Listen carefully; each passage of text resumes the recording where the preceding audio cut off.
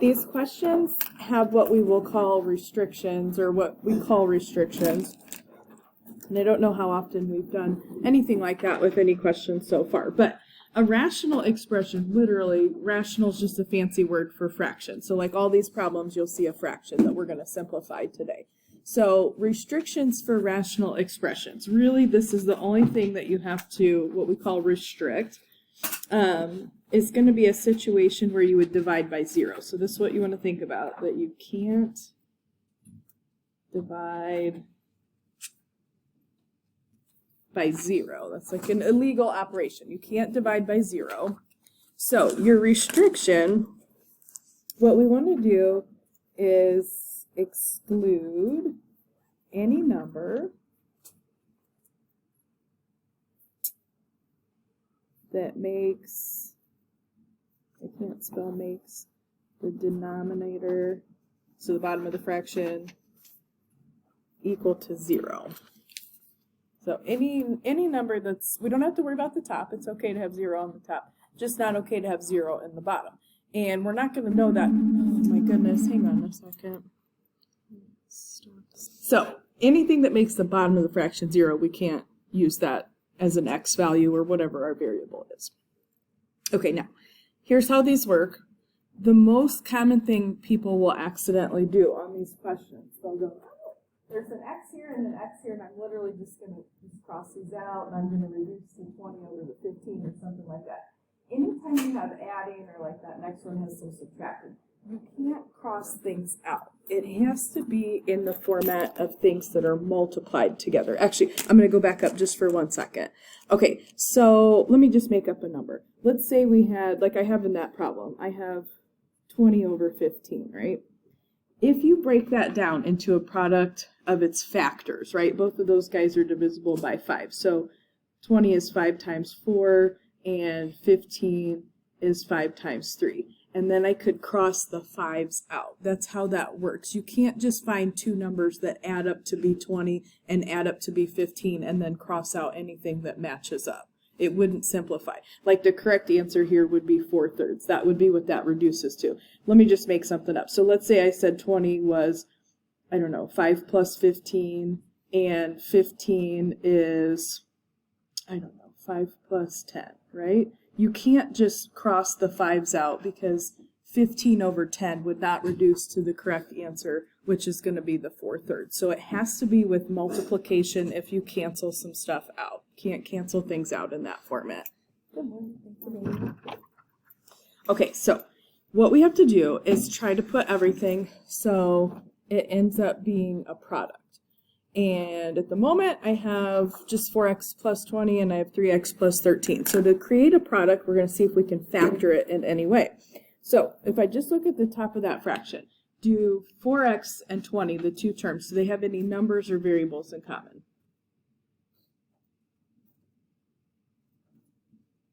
Like a greatest common factor.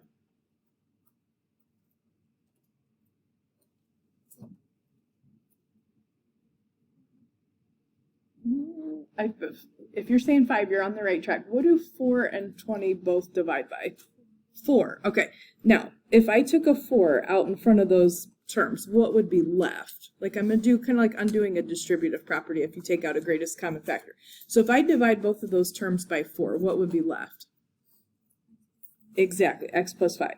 So this is what I mean by factored form. So now I've got two factors, right? 4 times x plus 5 is equal to that expression, but we're going to try and put it in this format. Okay, what do 3 and 15 have in common? 3. All right, if I took a 3 as my greatest common factor between those two terms in that denominator, if I took that 3 out, what would you have left? X plus 5. Okay, now here's the deal. I have two things multiplied together. And if you have anything that matches on the top and the bottom, then you can cross it out, like I did with that 5 times 4 and 5 times 3 up at the top. So these guys match, so you can cross them out.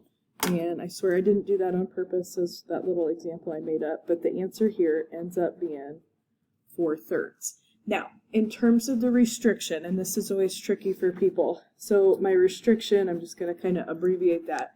Even if we cross something out, anything that could make your denominator equal to 0 has to be restricted. So I do have a restriction here. Does anybody know what number x could not be because it would make the denominator equal to 0? Like what number, if I plugged it in? Eli, what do you think? Exactly. If you have it in factored form, it's kind of like when we factored quadratics and then used that to help us solve by factoring. It's easier in this format to see like what the restriction would be. Just whatever would set the little parenthesis equal to 0. You could do it from here too, like 3x plus 15, set that equal to 0. You don't want x to be that number. But in that case, if you've already factored it, it might be a little bit easier to see your restrictions in the factored form. So if we plugged in -5, that would make the denominator 0 in the original problem. So even though these guys got crossed out because they matched, you still have to use that as a restriction. So this would be my answer. And x can't be, so not equal to is that symbol. It's an equal sign with a slash through it. X can't be -5 because it would have caused the denominator to be 0 in the original problem. Okay, does anybody have a question at the moment? Okay, now this one's a little trickier. On the top of this fraction, I have x squared plus 6x. I'm going to try and put factors together here because we have adding and subtracting, so we can't just cross anything out unless we get factors that match. So what do x squared and x, like how could I factor just the top of that fraction there? X squared and 6x, what do they have in common? Molly, what do you think? X. Okay, what would you have if you factored that out? Perfect. All right. Can anybody... Now the bottom's a little different. I don't know if you guys remember doing this. This is called a difference of squares. So I have x squared minus 36. Do you remember how to factor it? Perfect. X plus 6. X minus 6. And it doesn't matter which one you write first or second.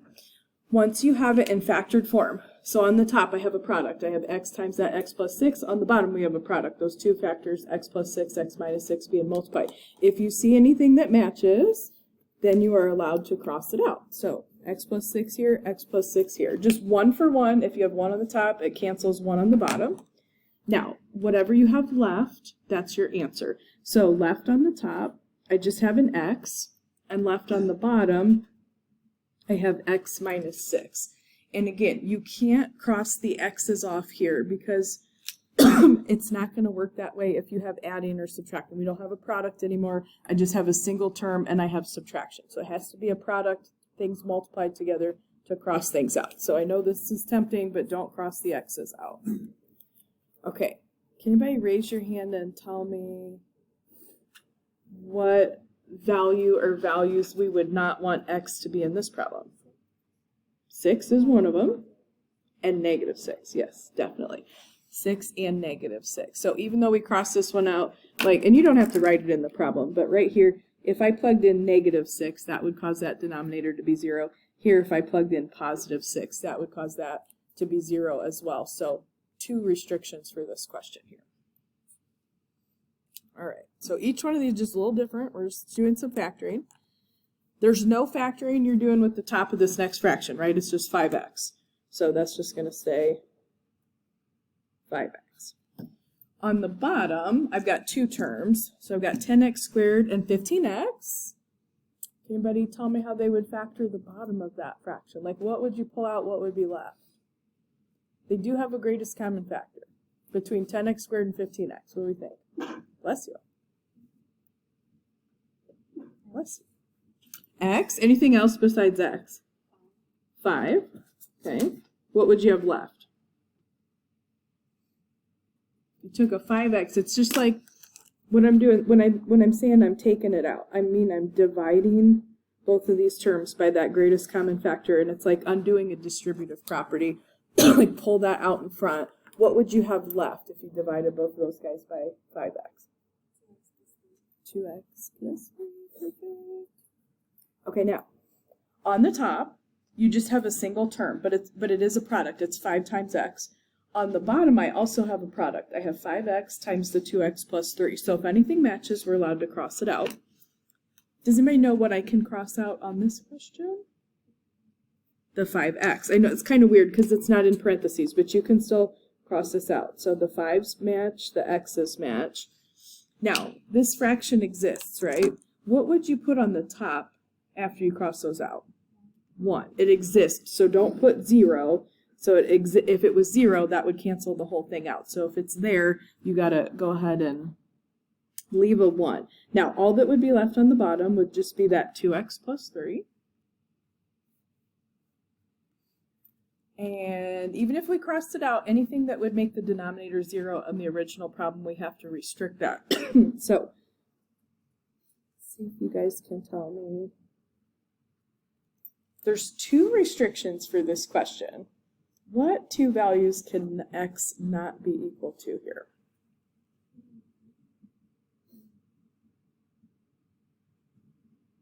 What do we think? There's 2 restrictions. Eli, what do you think?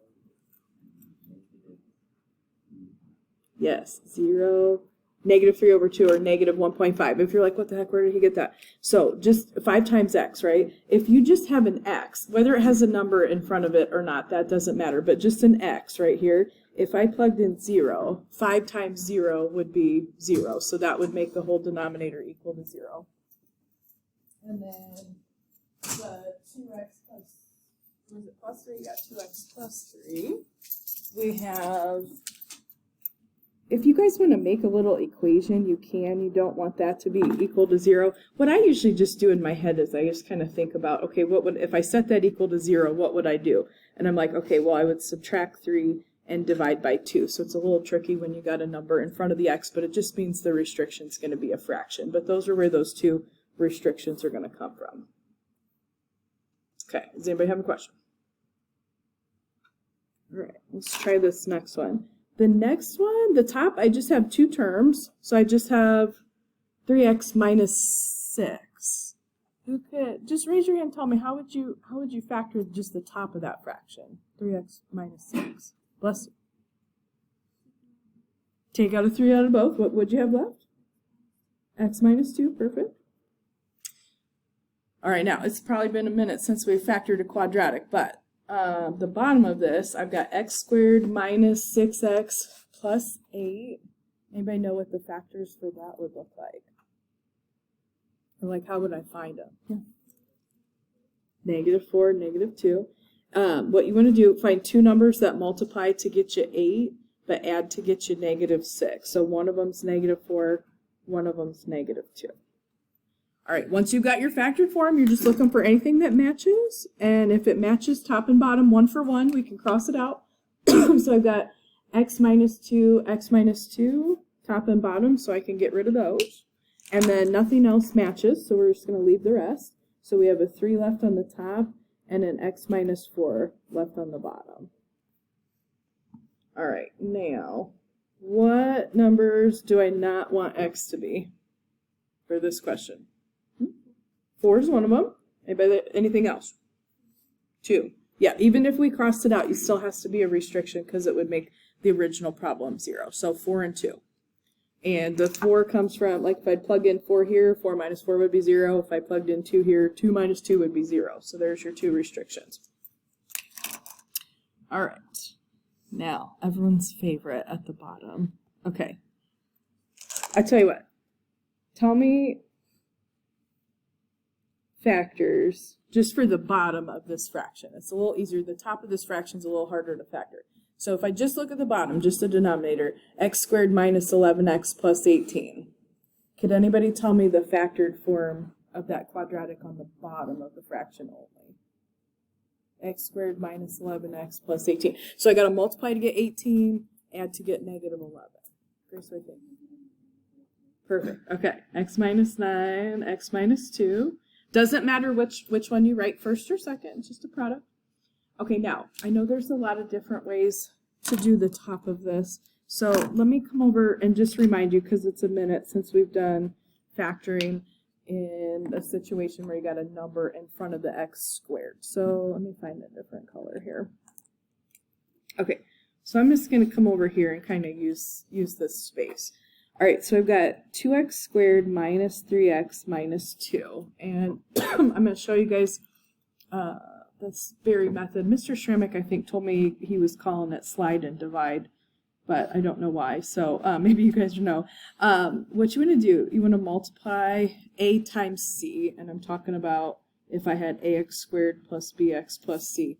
So a times c is just the first term and the last term coefficient. So for this one, it'd be 2 times negative 2, which would be, forgive, I'm like trying to get into this, multiply the first and last. So I'm going to multiply to get negative 4, and I want to add to get the b value, which is negative 3. Okay, while you think about that for a second, the way you set this up, and this will not be the correct answer, but I swear this is the fastest way I have ever learned to get you there. What you do is you take the first term, you drop the squared, and we're going to put that at the beginning of both of the factors. So not a plain x, we're going to put a 2x. This will not be the correct answer because 2x times 2x is not 2x squared, so we're going to have to factor something out here in a second. But what I want to fill those factors in is with two numbers that if you multiply them together, you get negative 4. Same two numbers, you'd add them together, you get negative 3. What two numbers would fit both those requirements? Yes, ma'am. Okay, so just make one of them a positive 1, make one of them a negative 4. It doesn't matter which one goes first or second. Now, to get the real factor, here's the deal. This does not FOIL back to give me what I have above there. To get the real factor, you want to just look inside your parentheses. If the two terms have something in common, then it's not the real factor. Now, 2x and 1 don't have anything in common, so that's the real factor.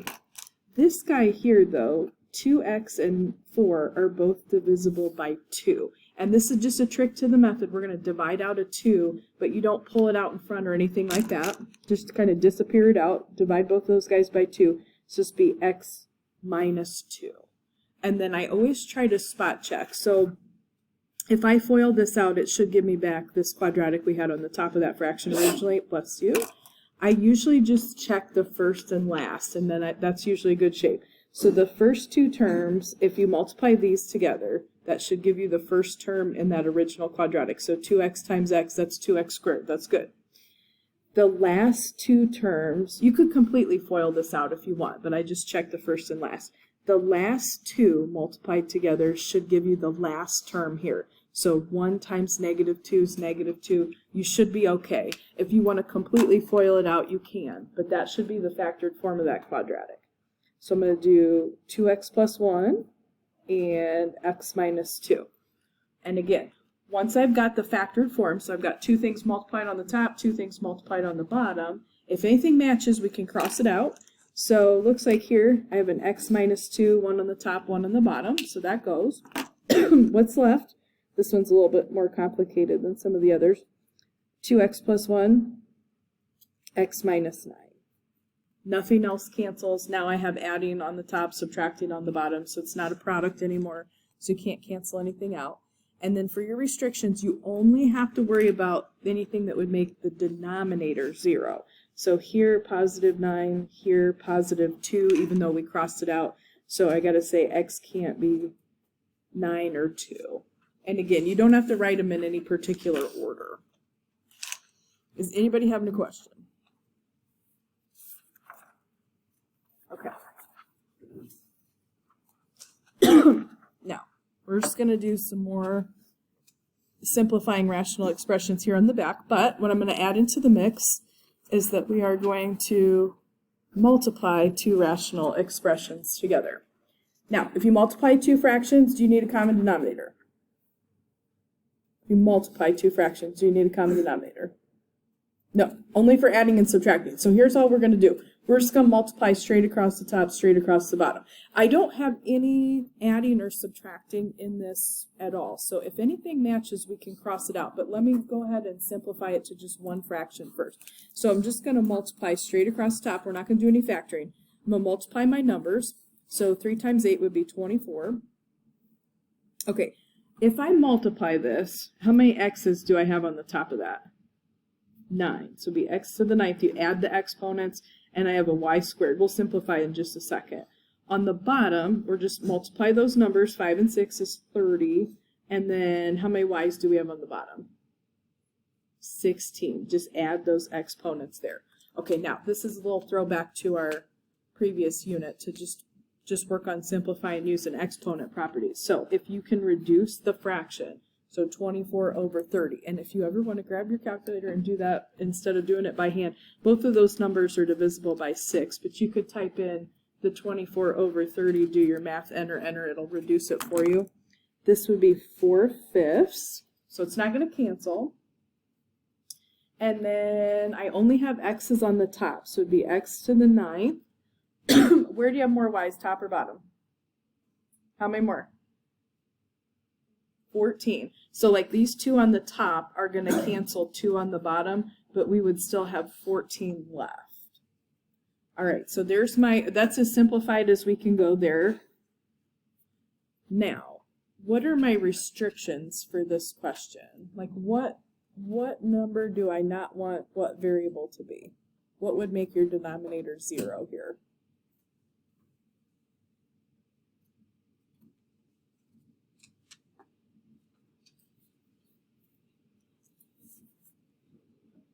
What do we think? What would be a bad number for me to plug in that would make my denominator equal to 0? For what variable? Yes, okay. So in this case, you never have an x in the denominator, right? You only have y. So y cannot be 0. That would be your restriction here.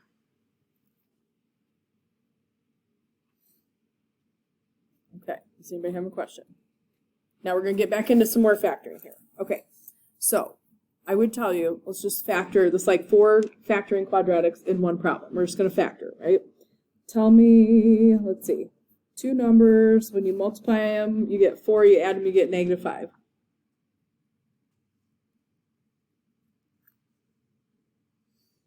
What do we think? 2 numbers, you multiply, you get 4, add, you get -5. Yeah. -4, -1, perfect. Okay, now on the bottom, tell me 2 numbers, multiply to get you -28, add to get you 3.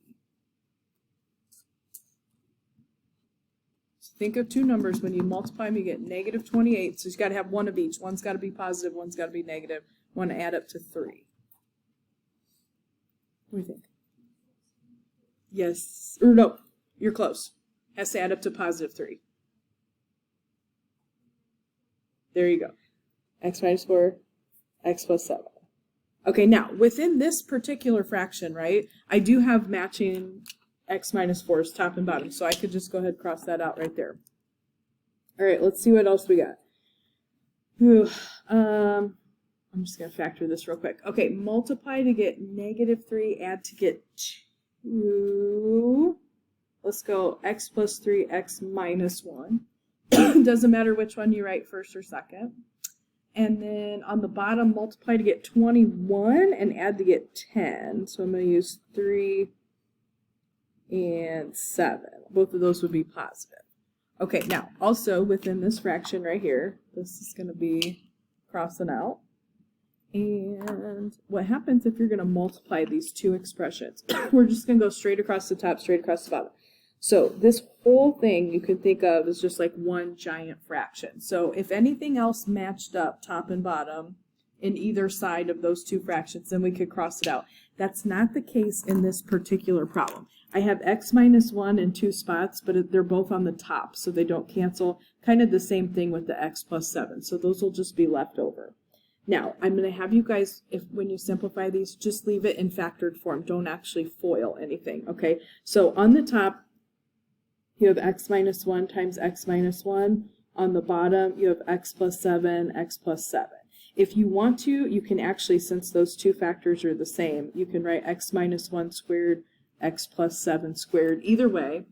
But don't actually FOIL it out. Just go ahead and leave it in factored form. So that way save you some time. And it also makes it so much easier to see any restrictions that you would have. So I'm going to go back to this original problem. Anything that makes the bottom 0. So here I got 4, -7, -3, and I would have -7 again, but I don't have to write it twice. So just those 3 numbers, x can't be equal to those. Those are your restrictions there. X can't be equal, bless you, 4, -7, or -3. Okay, let's just factor these real quick because I want to get down to that bottom question because it has a weird trick to it. Okay. Top of this fraction, x minus 3, x plus 3. Difference of squares. I'm going to hold off on the bottom of that for 1 second. The top of the next one, you can take out just an x, and you'd have 5x plus 2 left. The bottom, kind of a similar argument. You just have a greatest common factor. You can take out an x. The problem with this question that's a little tricky is definitely factoring that 5x squared plus 17x plus 6. So I'm just going to kind of go over here and leave this to the side. All right, so for this question, if I'm going to factor this, I'm just literally just going to start both of my factors, just take that first term, drop the squared. To fill this in, you're going to multiply the first and last term together. So I'm going to multiply 5 times 6, which is 30. And you always want to add to get the number in the middle, which is going to be 17. I'm off the screen, forgive. Can you guys think of two numbers when you multiply them, it would give you 30, the same two numbers you'd add, and it would give you 17? 15 and 2. So just make one of them a 15 and one of them a 2. It doesn't matter which one. Now, I know this is not the correct factored form. If you FOILed that back out, it will not give you that you have above there. So one or both of these is not the real factor. So the way I wrote them, the first one, both of these are divisible by 5. So the real factor there should be both divisible by 5. So it would be x plus 3 and then 5x plus 2. Those two terms don't have anything in common. I'm just going to check real quick. X times 5x, 5x squared. 3 times 2, 6. So we should be good. So the factored form here, x plus 3, 5x plus 2. Doesn't matter the order. If you've got it all factored, everything is a product now. This is just one giant fraction, and we're just going to see if anything matches top and bottom, and we can cross it out, just one for one. So let's see. I've got, here's an x minus 3, here's an x minus 3. Here's an x plus 3, here's an x plus 3. Here's an x, here's an x. Oh, this is weird. Okay, 5x plus 2, 5x plus 2. What would I write down as my answer? Literally everything canceled out. What would you write? It exists, so it can't be 0. 1. This would literally be like me saying 2 divided by 2, because everything on the top ends up being the same as everything on the bottom, so it's equal to 1. Okay, now, I know everything canceled, but we have a bunch of restrictions. So here, negative 3 would cause you a problem. If I took 5x plus 2 and set that equal to 0, we would subtract 2, divide by 5, so negative 2/5. Just a plain x is going to be 0 as a problem, and x minus 3 is going to be positive 3. So x cannot be any of those 4 values. Those will be your restrictions. Okay, now, I just want to show you a little trick on this bottom question really quickly. So, come over here. I know you guys could factor these pretty quick, right? This is x squared plus 2x plus 1. So multiply to get 1, add to get 2. You would have x plus 1 times x plus 1. Okay, on the top here, this is a difference of squares, x minus 1, x plus 1. Factors of negative 1 that add up to 0. 1 is its own square root, and sometimes people forget that, but x squared minus 1, that is a difference of squares. And then the bottom one of that second fraction, multiply to get negative 10, add to get, excuse me, 3. We're going to go x plus 5 and x minus 2. Okay, now this is a little trick to this question. So this is written as 2 minus x, right? I could argue, if I put that in standard form, it'd be negative x plus 2, right? Now, this is completely legal. What I'm going to do on that, just that expression right there, because I know it's going to cancel this down here on the bottom. They look kind of similar, but x minus 2, this is negative x plus 2. What you're going to do here is I am going to take a negative 1 out in front of that. If I do that, you'd have a negative, like just a little negative 1 out in front, or just a negative symbol. If I divide both of those, I'm going to take a negative 1 out in front. That will change this x to be positive, and it will change this 2 to be negative. All I'm doing there, I'm just factoring out a negative 1. If you ever see something like this in one of those problems, that's going to be the little trick to it. Just divide both terms by -1, then it'll look more similar to what you're used to, where you just have an x being positive. That changes the sign for the x and the number both, so that becomes x minus 2. When I do that, then I'm going to cross out anything that matches up. So I factored out that -1. You would still need the -1 in the problem to do this, but it will cross out this x minus 2. You have an x plus 1 here, x plus 1 here. Now, I get this question all the time. So I've got 2 x plus 1s, right, in the bottom of the fraction here. It's just 1 for 1. I would have to have 2 x plus 1s in the top to cancel out both of these. So just, it doesn't matter which one, but just one at a time. One on the top, one on the bottom. It doesn't cancel out both of those. So whatever's left, that's left. So we have this little -1 on the top, and then we had an x minus 1. Again, just go ahead, if you want to distribute that through, you can, but I would just leave it in factored form. It makes it easier to deal with. The bottom, what I had left that didn't cancel, I had an x plus 1 and I had an x plus 5. Everything else canceled out. Don't FOIL that unless you're just like super bored or something and you want to FOIL. That's fine if you want that for some extra practice. But just leave it in factored form. It'll save you some time. And nothing else cancels, nothing else matches. But for my restrictions here, all right, so we'd have -1 for both factors in that first fraction, right? So I just have to write it once. I would have -5 and I would have +2. So x cannot be any of those numbers. You only have to do restrictions for the denominator. It's totally fine for the numerator to be equal to 0. Okay. Is any